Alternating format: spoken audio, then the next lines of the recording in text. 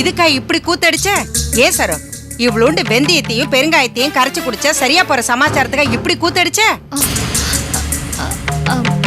அப்படி இல்ல அத்தை. என்ன இல்ல, இத்தினோண்டு வலிக்கு போய் இப்படிதான் ஊற கூட்டுறதா? நீ கடைக்கு போன போட்டுட்ட, அந்த பொன்ராஜ் பையன் வீட்டுக்கு வந்து என்னமோ ஏதோன்னு எங்களுக்கு பயம் காட்டிட்டான். நாங்க 2 பேரும் பதறி அடிச்சு ஓடி வரோம். ஐயோ அத்தை, அப்பா வந்து இவரு கடையில இருக்காரா இல்ல வீட்டுக்கு கிளம்பிட்டாரான்னு தெரிஞ்சுக்கிறதுக்காக தான் ஃபோன் பண்ணாரு. மத்தபடி ஒண்ணும் இல்ல.